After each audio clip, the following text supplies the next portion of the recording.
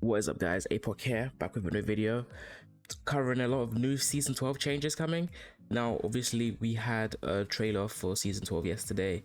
It's a pretty good trailer. There's so much stuff to go over. So I'm gonna go over a few things, a few patch notes that got leaked. So if this video to help you out, please leave a like and subscribe, and we'll just get straight into it. The first thing I want to go over is the legend changes. So first we're gonna start off with Caustic. Now Caustic's been messed around with a lot. He's gotten buffs and nerfs a lot over the last couple seasons. He's one of the legends who's just been messed around with the most. So I feel sorry for Caustic mains. I don't know if you guys see this as a balance or a buff or a nerf, but Caustic on the other hand will be seeing further nerfs to his kit. Season 12 gas traps will now continue to be destructible even once they've been triggered, allowing players to remove their impact prematurely. The old functionality was seen as a pain point as it could turn activated traps into indestructible temporary cover, diminishing the role of abilities such as ramparts, fortifications to some degree. Respawn didn't see a significant shift in Caustic's power from this change during playtests, but it should make the legend a bit easier to fight and push against.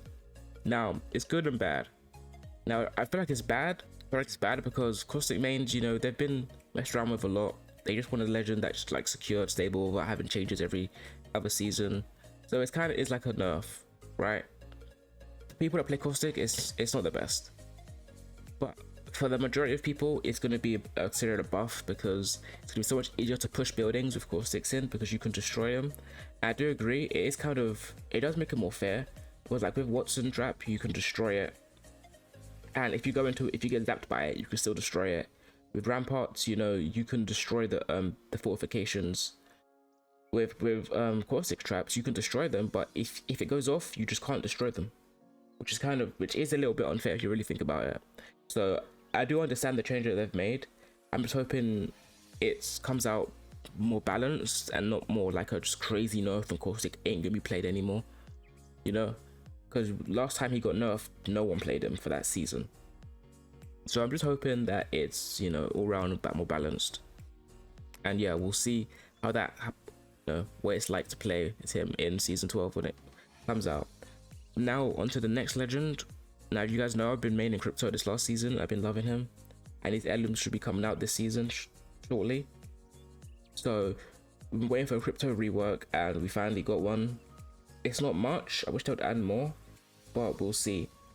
But it says the heavily reliance on Crypto's manual use of his drone was the issue that his new changes aim to tackle.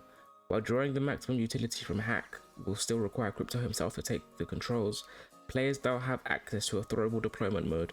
If the ability button is only tapped, the drone will fly out in the direction you are aiming at and travel a short distance before taking up position. This will allow for a quick deployment that let you stay in the action if you only need accuracy scan nearby. If you want to use the ability as it traditionally worked, hold down the button instead to go straight into the hacked POV. Inside hacked POV, a number of quality of life improvements have been made to the UI as well. That's pretty good.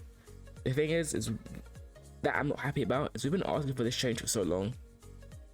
We were supposed to get some sort of thing, a change to Crypto this season, but it never happened. Like what they've announced overall is good for Crypto, but we was asking for it 2 seasons ago. I don't know why it took them this long for this to happen. Maybe it's just because his heirloom's coming out, so they wanted to release something with his heirloom. That does make sense, but it's unfair on the Crypto mains. The little amount of mains that are out there, we have to wait seasons just for one little change. Now we don't know what the quality of life improvements are in the UI, so that'll be interesting to see.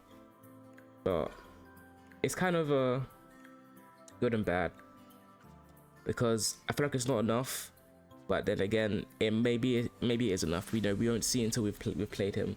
But like, I feel like when you take out his drone and you manually control it, like if it gets shot down, that's on you, because you haven't flown it in a position where it can't get shot. But when you automatically send it out, that is good, but I feel like it's just gonna get destroyed so much easier. And without his drone, he's pretty much useless. So I wonder how it's gonna be. I wonder how you're gonna be able to take a position with his drone just by tapping it.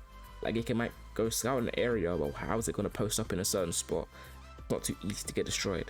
One thing that is good though, it's gonna be so much easier to EMP teams while you're with your team. Usually you'd have to place your drone somewhere, then hope the enemies run into where your drone is placed and pretty much guess what they're gonna be then EMP and push on with your teammates. Now you should be able to hopefully run with your team, then send out your drone and EMP while you're still running with your team. And then it's obviously the normal way where you just take out your drone and control it and EMP. But it should make EMPing so much easier, which I'm pretty excited for. But let me know what you think of this, if any of you play crypto out there, you know, if this is good or not. But yeah, overall it's good. Now on to our last topic. It is going to be the weapon changes that we've gotten so far. So the roster of weapons did not see a significant change beyond the season shuffle.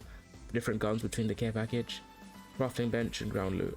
A few outliners will see balance changes through, including the flatline, which will now do 1 damage less per bullet, and the triple take, which is having its damage per bullet reduced from 23 to 21.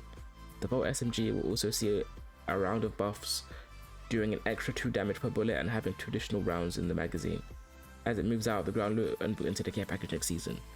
And that's pretty good. I always felt like it was Volt's time to go in the care package this season. You know, it's been out since season 6, so I felt like it was only right for it to go in the care package. Every weapon has its time in the care package. In fact, this is the perfect time for Volt to go in. I am sad as a controller player because, you know, Volt thrives especially on controller, but the fact it is its time, I have to try to find a new weapon to replace it, like the R9 or the car, or back to the Prowler. But yeah, I'm not too upset about it going in the care package. It's going to be interesting, and it's getting a buff, so it's going to be crazy to use. I'm glad alternate is coming back as ground loot, and that's, yeah, it's pretty sick. Triple take and flatline have been slightly nerfed, I guess, in terms of damage, but that's okay. And it's also interesting that they're now adding the flatline and longbow to the crafting, so you will no longer be able to find a flatline or longbow on floor loot for the first split. You'll only be able to get them through crafting. I think it's a good idea. I'm not sure why they chose the longbow, but you know, it's good because people who crutch flatline, they'll have to actually work to get it, I guess.